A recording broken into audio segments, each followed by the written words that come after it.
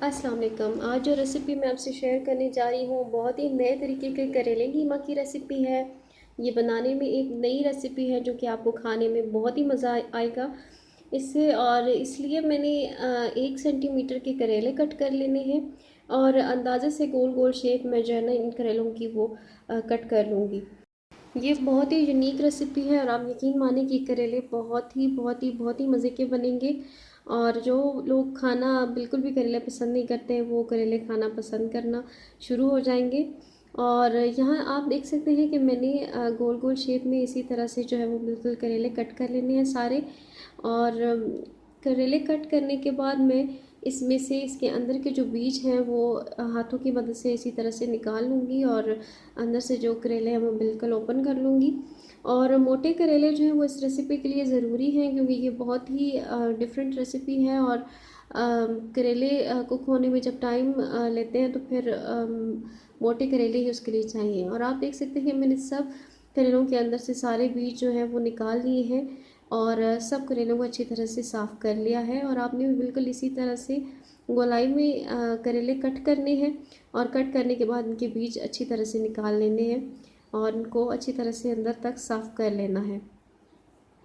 और इसके बाद मैंने साइड पे पानी उबलने के लिए रख दिया था और इसमें मैं अब शामिल कर रही हूँ 1 चम्मच नमक, वो शामिल कर रही हूँ और 1 ही चम्मच जो है वो मैं इसमें ऑयल की शामिल कर रही हूँ।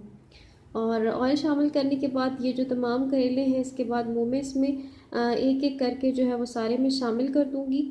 और 1 मिनट तक हार्डली मैंने यहाँ पर इन करेलों को जो है वो पकाना है।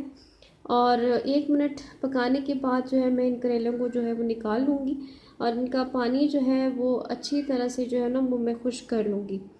और इसके बाद इन्हें सूखने के लिए जो है ना कुछ देर के लिए मैं छोड़ दूँगी ताकि अच्छी तरह से खुश्क हो जाए। और इसी दौरान मैंने यहाँ पर ले लिए हैं हरी प्याज का सफ़ेद वाला हिस्सा और इतना लिया है कि इसे चॉप कर लूँगी। और इसी के साथ मैंने अदरक ली है, 1 इंच का टुकड़ा लिया है और इसे भी बारीक सा मैंने बिल्कुल सा चॉप कर लेना है। और इसके बाद यहाँ मैंने ले लिया है 1 पाव कीमा। और आपकी चॉइस पे है कि आप कीमा जो है वो मोटा लेना चाहते हैं, मोटा मोटा सा लेना चाहते हैं या बहुत ही पतला सा बिल्कुल पिसा हुआ कीमा लेना चाहते हैं, ये आपकी चॉइस है। और इसके बाद मैं यहाँ इसमें शामिल कर रही हूँ अदरक और सफ़ेद प्याज जो चॉप की हुई थी वो मैं इसमें शामिल कर रही हूँ इसके बाद। और इसके बाद मैं इसमें शामिल कर रही हूँ कॉर्नफ्लोर 1 टेबल स्पून भर के जो है वो मैं इसमें शामिल करूँगी। इसके बाद मैं इसमें शामिल करूँगी आधा चम्मच नमक, वो शामिल करूँगी। आधा चम्मच शामिल करूँगी काली मिर्च पाउडर, दरदरी सी कुटी हुई शामिल करूँगी, ज़्यादा पिसी हुई जो है वो शामिल नहीं करूँगी। 1 चम्मच इसके बाद शामिल करूँगी सिरके का, क्योंकि सिरका जो है वो बिल्कुल थोड़ा सा 1 चम्मच यूज़ करना है। 1 चम्मच वॉस्टरशायर सॉस जो है वो शामिल कर रही हूँ। और अगर आपके पास ये अवेलेबल ना हो तो आप स्किप भी कर सकते हैं, नहीं हो तो नहीं डालें, ऐसे भी फ्लेवर अच्छा आ जाएगा, लेकिन मेरे पास मौजूद थी तो मैं डाल रही हूँ। इसके बाद 1 चम्मच मैंने सोया सॉस डाला है। और इसके बाद मैं इसमें 2 अंडे जो है वो शामिल कर दूँगी, पहले एक तोड़ के शामिल करूँगी और उसके बाद जो है दूसरा अंडा तोड़ूँगी अलग से प्याली में और इसी तरह से दूसरा अंडा भी जो है वो मैं इसमें शामिल कर दूँगी। और दूसरा अंडा भी शामिल करने के बाद जो है मैं अच्छी तरह से इसे मैं मिक्स कर लूँगी। बहुत अच्छी तरह से चम्मच की मदद से मैंने इन तमाम मसालों को प्याज वाले मिक्सचर को भी कीमे के साथ अच्छी तरह से मिक्स कर लेना है। और इसके बाद अंडे डालने के बाद मैं इसमें ब्रेड क्रम्स डाल रही हूँ। एक आधी सी मुट्ठी तकरीबन ब्रेड क्रम्स होंगे जो मैं इसमें शामिल कर रही हूँ और इसे अच्छी तरह से मैंने यहाँ पर मिक्स कर लेना है। बहुत अच्छी तरह से मिक्स करना है ताकि सारी चीज़ें मिक्स हो जाएं। और देखिए कि सब चीज़ें अच्छी तरह से मिक्स हैं। और अब मैं इसको मिक्सचर को पाइपिंग बैग में डालकर कुछ वक्त के लिए जो है पाइपिंग बैग को भरकर जो है फ्रिज में सेट होने के लिए रख दूँगी। और यहाँ मैं पाइपिंग बैग जो है वो इस मिक्सचर से भर रही हूँ। ये यहाँ मैं सारा मिक्सचर जो है इस पाइपिंग बैग में अच्छी तरह से भर लूँगी। और मैंने यहाँ पर मटन का कीमा लिया है, आप चाहें तो आप बीफ से बनाना चाहें या चिकन से बनाना चाहें तो वो भी आप बना सकते हैं। और इसके बाद मैंने ले ली है एक छोटे साइज़ की गाजर ली है, 3 जवे लहसुन के लिए हैं और एक हरी मिर्च ली है। उन तीनों को मैंने अच्छी तरह से चॉप कर लिया है। और इसके बाद मैं एक बाउल ले लूँगी और एक बाउल में इसमें शामिल करी हूँ 1 चम्मच तकरीबन मैं इसमें शामिल करी हूँ ओयस्टर सॉस, और ये 1 चम्मच मैंने इसमें शामिल किया है। इसके बाद मैं इसमें शामिल करूँगी 1 ही चम्मच जो है वो सोया सॉस के मैं इसमें शामिल करूँगी। इसके बाद मैं इसमें शामिल करूँगी हनी, 1 छोटा चम्मच मैंने लिया है हनी का तकरीबन, और वो मैं इसमें शामिल करी हूँ। और इसके बाद ऑयस्टर सॉस जो है आप अगर आपके पास नहीं है तो वो भी आप स्किप कर सकते हैं, वैसे भी टेस्ट अच्छा आ जाएगा, अगर है तो आप डालें। मेरे पास थी तो मैंने डाल ली है। और इसके बाद मैं इसमें कॉर्नफ्लोर डाल रही हूँ, वो भी आधा चाय का चम्मच जो है वो मैं इसमें शामिल कर रही हूँ, और 2 चुटकी जो है वो मैंने इसमें तकरीबन नमक जो है वो शामिल करना है। उसके बाद मैं 3/4 कप जो है इसमें पानी शामिल कर रही हूँ, और पानी शामिल करने के बाद मैं इसको चम्मच से अच्छी तरह से मिक्स कर लूँगी। और मिक्स करने के बाद अच्छी तरह से दूसरी साइड पर मैंने पैन में ऑयल ले लिया है, और ऑयल मैंने तकरीबन 2 चम्मच गरम होने पर इसमें शामिल कर रही हूँ चॉप की हुई गाजर और लहसुन और हरी मिर्चें शामिल कर रही हूँ। और इन्हें शामिल करते ही तकरीबन मैंने इन्हें 1 से 2 मिनट के लिए हल्का सा सौते करने के बाद तकरीबन इतना पकने के बाद कि सब्ज़ियाँ थोड़ी सी सॉफ़्ट हो जाएं, ज़्यादा सॉफ़्ट बिल्कुल भी नहीं करनी है।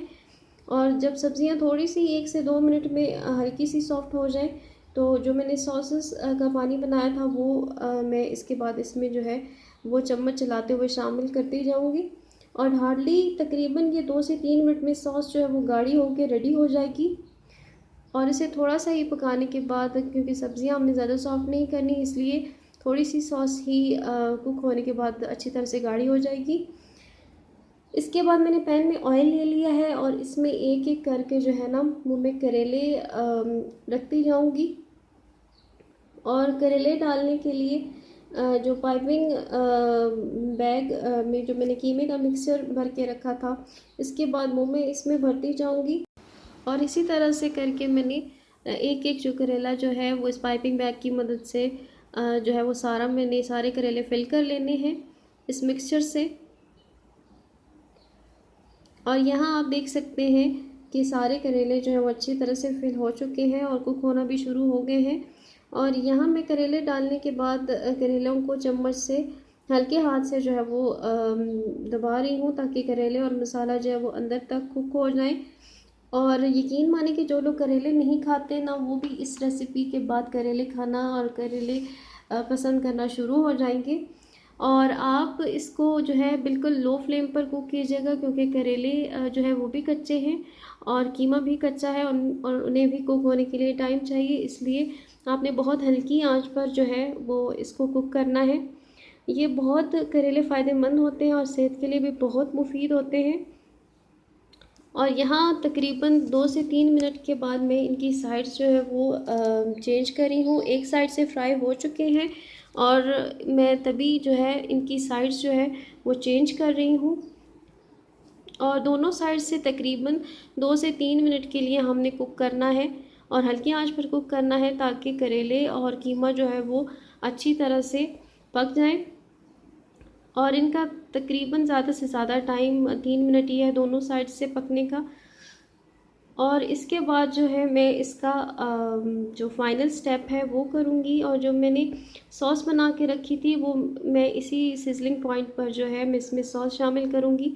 और ये भी आपकी चॉइस पर है कि आप इसे डिश आउट करके सॉस इसमें शामिल करें या आप इसको चूल्हे पर रखें इसमें सॉस शामिल करें, लेकिन मैं इसमें सॉस शामिल करी हूँ चूल्हे पर रखे हुए ताकि इसमें एक अच्छा सा सिजलिंग फ्लेवर जो है वो इसमें आए।